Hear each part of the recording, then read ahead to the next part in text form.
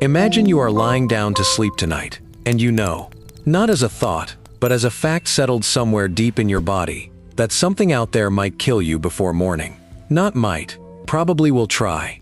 And you close your eyes anyway, not because you are brave, not because you are reckless, but because you understand the darkness well enough that it doesn't scare you anymore. That is where this story begins. Not with a battle, not with a war, with a man lying down in the open grass, surrounded by everything that could end him, and sleeping deeply enough to be ready when the sun came back up.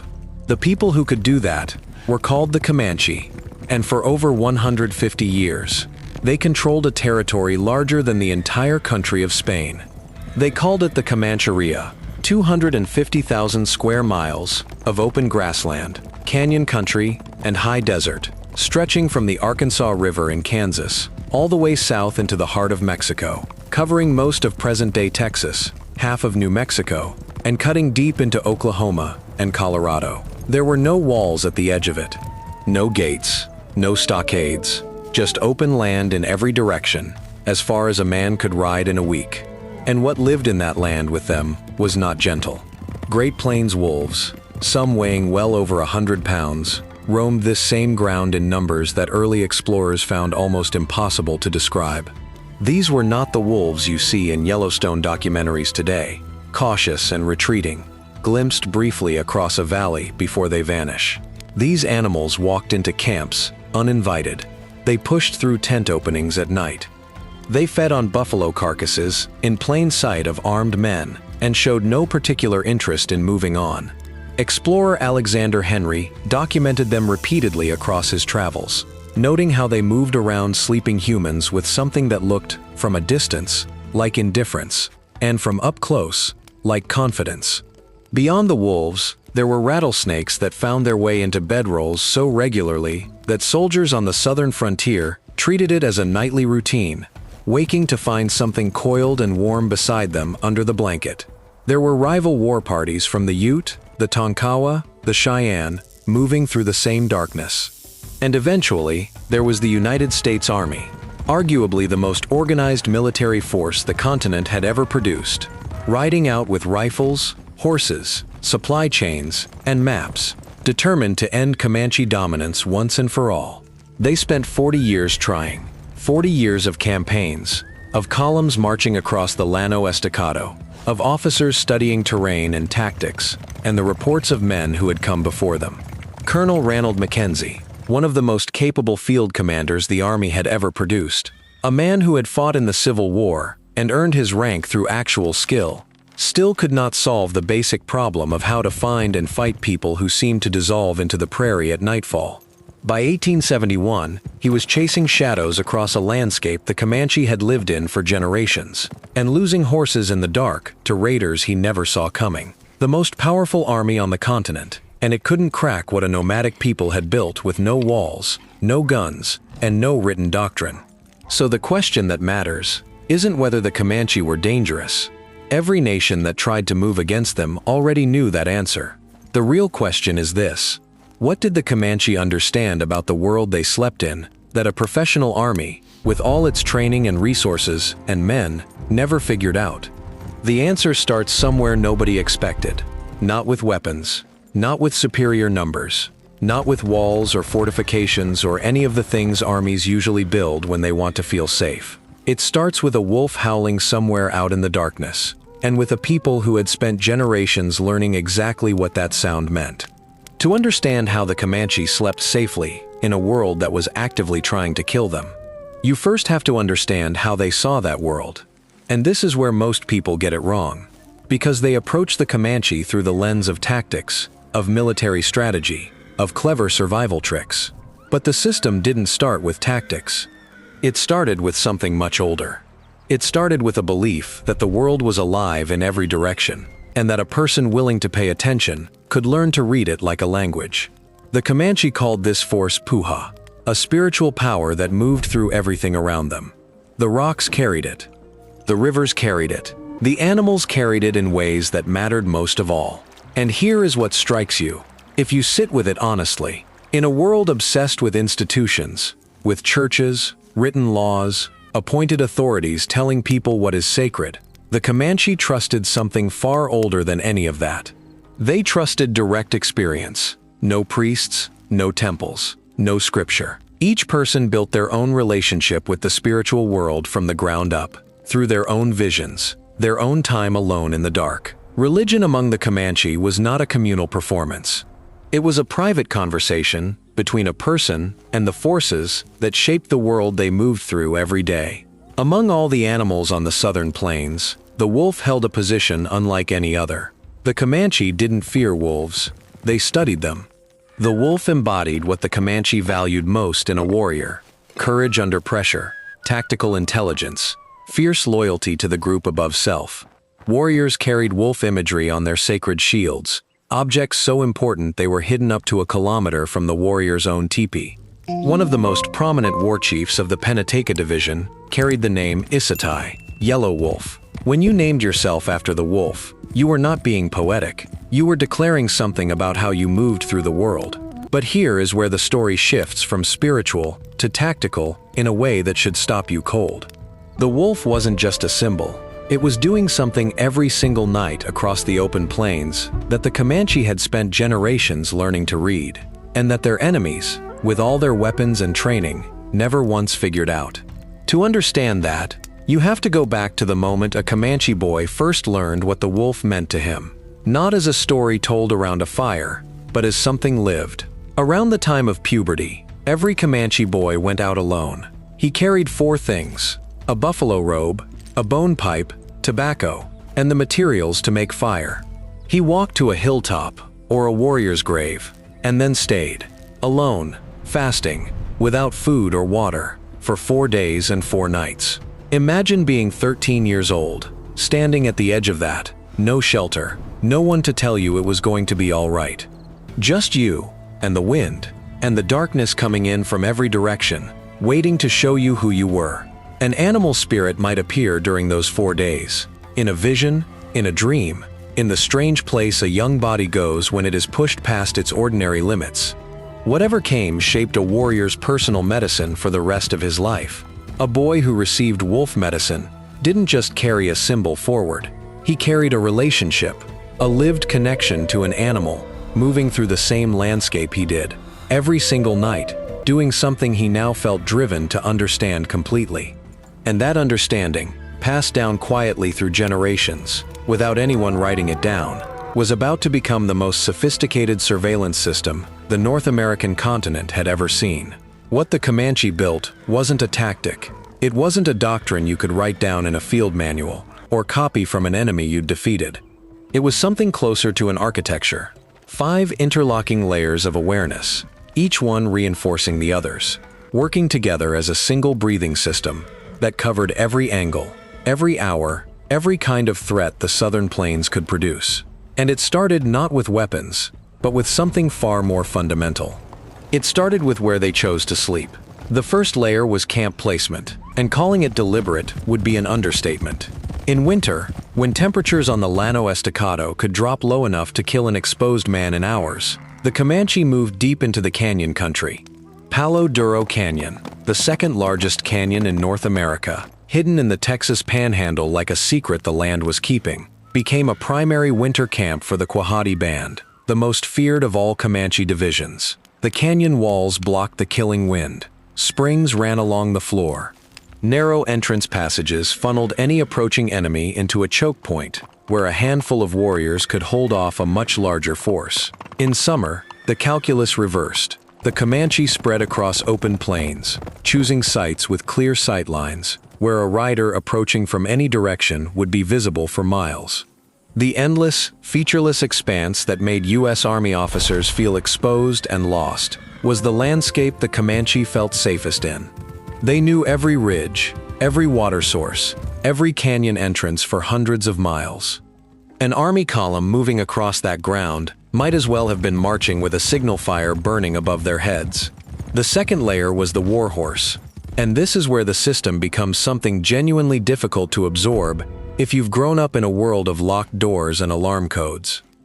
A Comanche warrior didn't keep his best horse in a communal paddock or a corral at the edge of camp. He kept it right outside his teepee entrance, close enough to hear it breathing, close enough to reach in total darkness without taking a single step. But the detail that matters most isn't the riding. It's the rope. Some warriors slept with a braided lasso tied around their wrist, running under the tippy cover and out to the horse's halter outside, tied with enough tension that any shift in the horse's weight, any pull, any sudden stillness, translated directly into the warrior's sleeping body. The historian Herman Viola documented this specifically, noting warriors would tug on the rope periodically through the night, just to confirm the connection was still there. That rope wasn't a leash. It was a lifeline between a sleeping man and a 1,200-pound nervous system built by millions of years of evolution to detect death before it arrives. Sleep for a Comanche warrior wasn't unconsciousness.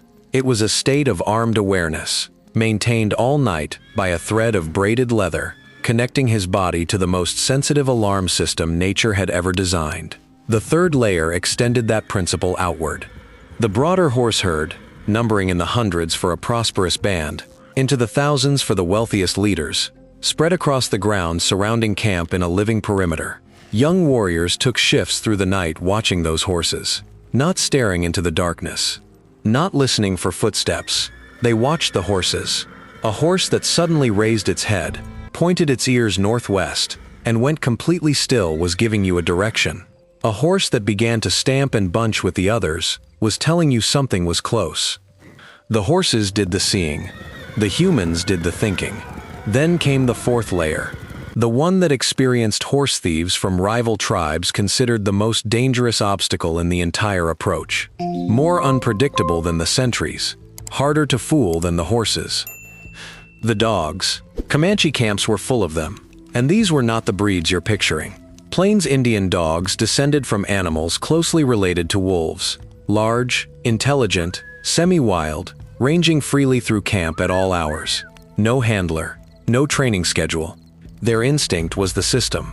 Any unfamiliar scent, any sound that didn't fit the ordinary rhythm of the night, triggered a response that cascaded through the pack and into every warrior's ears within seconds. Nobody ever found a reliable way past them. And then those dogs were gone.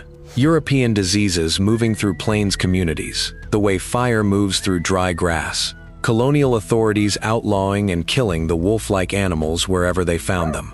Bloodlines diluted by European breeds until the original animal ceased to exist. The colonizers didn't just take the land, they took the dogs. And nobody wrote it down like it mattered, but it did. Because with those dogs gone, one entire layer of the most sophisticated night security system on the continent simply stopped existing. And now we come back to the wolves. The Great Plains wolf followed the buffalo herds the way a shadow follows the body that casts it, and their howling mapped that movement in real time across the open darkness. A pack calling from the northwest told a warrior where the herds were drifting. Silence, in a direction where wolves had been active, meant something had disturbed them, something that didn't belong. A rival war party, a cavalry column blundering across open ground, with campfires burning like signal lanterns in the dark. Every general in history has dreamed of real-time battlefield intelligence, covering thousands of square miles. Information that updates continuously, costs nothing, and never sleeps. The Comanche had it. They got it for free. They got it from wolves. The howling that made European soldiers grip their rifles tighter was the sound of everything being exactly as it should be. The silence that followed was the real alarm. The moment a warrior's eyes opened in the dark, and his hand found his weapon, before his conscious mind had fully woken up. 5 layers. Camp placement that used geography as a weapon. A warhorse tied to the warrior's own body. A herd of hundreds acting as a living radar array. Dogs ranging the perimeter with instincts no training could replicate. And beyond all of that, a wild species broadcasting intelligence across thousands of square miles every single night. Remove any one layer, and the whole structure weakens. The camp placement means nothing if the herd isn't monitored. The dogs are useless if warriors can't respond. The wolf intelligence means nothing if the camp can't act on what the wolves are saying. This was not a collection of survival tricks. Remove any single piece, and the whole thing starts to fail. That's not a security system. That's an ecosystem. And the United States Army was about to find out exactly how hard it is to fight an ecosystem, in the worst possible way. To understand how good this system actually was, you don't need to take anyone's word for it. You just need to look at what happened when it ran up against the best the United States Army had to offer. By 1871, Colonel Ranald Mackenzie had already proven himself one of the most capable field commanders in American military history. Civil War veteran, earned his rank through demonstrated competence, arrived on the southern plains with a clear mission and full resources. What he found instead was a lesson in humility that would take him 3 years to begin to absorb. When Mackenzie brought his 4th Cavalry into Blanco Canyon, his Tonkawa scouts discovered within 3 days that 4 Comanche warriors had been shadowing the entire column, tracking their movements, counting horses, watching which companies posted sentries, and which ones got careless after dark. Mackenzie had no idea where the Comanche were camped. No idea how many he was dealing with. No idea which direction to send his men. Quanah Parker, meanwhile, knew exactly where Mackenzie was, exactly how many horses he had, and exactly which part of the camp had made the one mistake the Comanche night system was built to exploit, failing to keep warriors sleeping among their animals. On the night of the raid, Quanah and his men slipped in with the kind of precision that only comes from days of careful observation, stampeded the herd, and made off with 70 of the best mounts in the column, including Mackenzie's own magnificent gray pacer. That wasn't just a theft. It was a message written in hoof prints across a canyon floor, delivered in the middle of the night to a professional soldier who never heard them coming. This is what 40 years of failure looked like up close. Not a massacre, not a dramatic defeat, just a colonel waking in the dark to find his horse gone, and no idea which direction the silence had come from. Mackenzie spent 3 years studying what had happened to him. He adapted, and on September 28, 1874, guided by Tonkawa scouts, men from a tribe the Comanche had nearly exterminated, driven by grief and rage that had been building for decades, he found what he was looking for. His forces descended into Palo Duro Canyon at dawn, caught the combined Comanche and Kiowa winter camp by surprise, and achieved something that had almost never happened before. A military force successfully penetrating the full Comanche security system from the outside. The warriors fought back. Most of the people escaped up the canyon walls. Casualties on both sides were light. By any conventional measure, it was not a decisive military victory. But Mackenzie hadn't come for a conventional victory. His forces captured between 1,500 and 2,000 horses and mules. And then he ordered them killed. Over 1,100 animals slaughtered on the canyon floor, left in massive heaps under the high plains sun, the smell carrying for miles across the still autumn air. You cannot kill an idea with a rifle, but you can kill the horses it runs on. Mackenzie didn't win a battle that day. He won by making survival itself impossible, reaching into the center of everything the Comanche had built, and removing the one resource that held it all together. Without horses, there was no buffalo hunt. Without buffalo, no food, no clothing, no teepee covers, no way to survive a plains winter. And without that, the 5-layer security system, the camp placement, the warhorse rope, the herd perimeter, the dogs, the wolf network, became irrelevant, because there was nothing left to protect, and nothing left to sound the alarm. The system had not failed. It had been deliberately starved of the resources it needed to function by a man who had finally understood he could not defeat the Comanche on their own terms. By spring of 1875, Quanah Parker led the last free-roaming band of Quahati Comanche into Fort Sill in present-day Oklahoma and surrendered. He had never been defeated in open combat, not once. He walked into that fort not because the system failed, but because the horses that powered it were rotting in a canyon 100 miles away, in the same ground where his people had been safest in all the world. That is where Loop 1 closes. The question at the start of this story was what the Comanche understood that a professional army spent 40 years unable to figure out. Now you know. The harder question, the one without a clean answer, is what happened to that understanding when the gates of Fort Sill closed behind them. Here is what remains. Palo Duro Canyon is still there, the second largest canyon in North America, carved into the Texas Panhandle by 10,000 years of wind and water. its walls still the same deep red they were the morning Mackenzie's men came down into it. Tourists hike trails through it now, trails that follow the same passages where Comanche warriors once moved thousands of horses through the pre-dawn dark. You can stand at the canyon rim on a clear evening and watch the light go out of the sky in layers. And if you are quiet enough and still enough, you can almost hear what it must have sounded like before the silence settled in permanently. Almost, because the wolves are gone. The Great Plains wolf, the buffalo wolf, the animal the Comanche read like a living weather station, broadcasting across thousands of square miles every single night, was declared extinct in 1926. The camp dogs are gone too, their bloodlines diluted by European breeds across generations, finished off by the same diseases and the same deliberate campaigns of elimination that reshaped every living thing on the southern plains. And the buffalo that connected it all, the herds that moved like slow rivers across the grassland, that the wolves followed and the Comanche followed, and that made the entire ecosystem function as a single interdependent system, were reduced from an estimated 30 million animals to fewer than 1,000 in the span of a single human lifetime. We replaced all of it. We replaced a living security system built over centuries of careful observation, with fences and locked doors. We replaced ecological intelligence, the kind that reads wolf silence and horse posture and dog behavior as layers of real-time information, with surveillance cameras mounted on the corners of buildings that record everything and understand nothing. We replaced the sound of wolves howling across the open plains, the sound that told a warrior the world was in its right order, with motion sensors and alarm systems and deadbolts that require a key we are always afraid of losing. And here is the thing that should sit with you a little uncomfortably. We still don't sleep as well. The average person in the modern developed world reports worse sleep quality than at almost any point in recorded history. We have climate-controlled bedrooms and memory foam mattresses and white noise machines and every pharmaceutical option imaginable. And we lie awake anyway, anxious about things we can't name, alert to threats we can't locate, reaching for our phones in the dark, the way a Comanche warrior once reached for a rope tied to a horse's halter. We are still checking the perimeter. We just no longer know what we're listening for. The question most people ask about the Comanche is how they survived.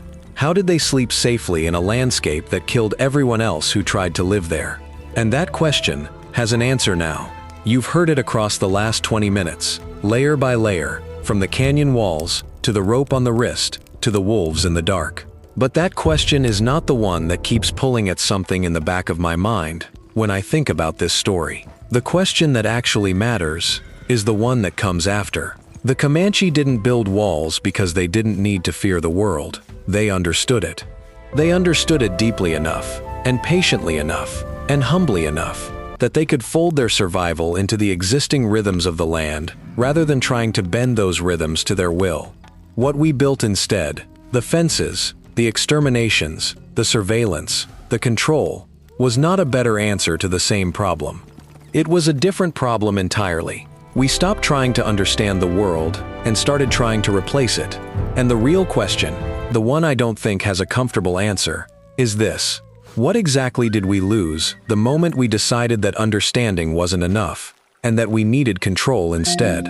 Somewhere out there, in a canyon that still exists, and still holds the same red light at the end of the day that it always has, a man once lay down in total darkness with wolves howling on every side of him, enemies moving through the same grass he slept on, and everything the natural world could throw at a human body waiting just beyond the firelight. And he closed his eyes, not because he was unafraid, not because he was reckless with his life, but because he had spent his entire existence learning to read the world around him well enough that the darkness held no mysteries he couldn't interpret. He listened to the wolves and heard that everything was as it should be. He felt the steady tension of a rope against his wrist and knew his horse was still there, still alert, still breathing in the dark outside. He slept. We built cities so we would never have to lie in that grass. I wonder sometimes, lying in my own climate-controlled room with the alarm set and the doors locked and the news still running somewhere in another tab, I wonder which one of us was really safer. And I wonder what we gave up, without ever meaning to, the night we decided the wolves needed to go.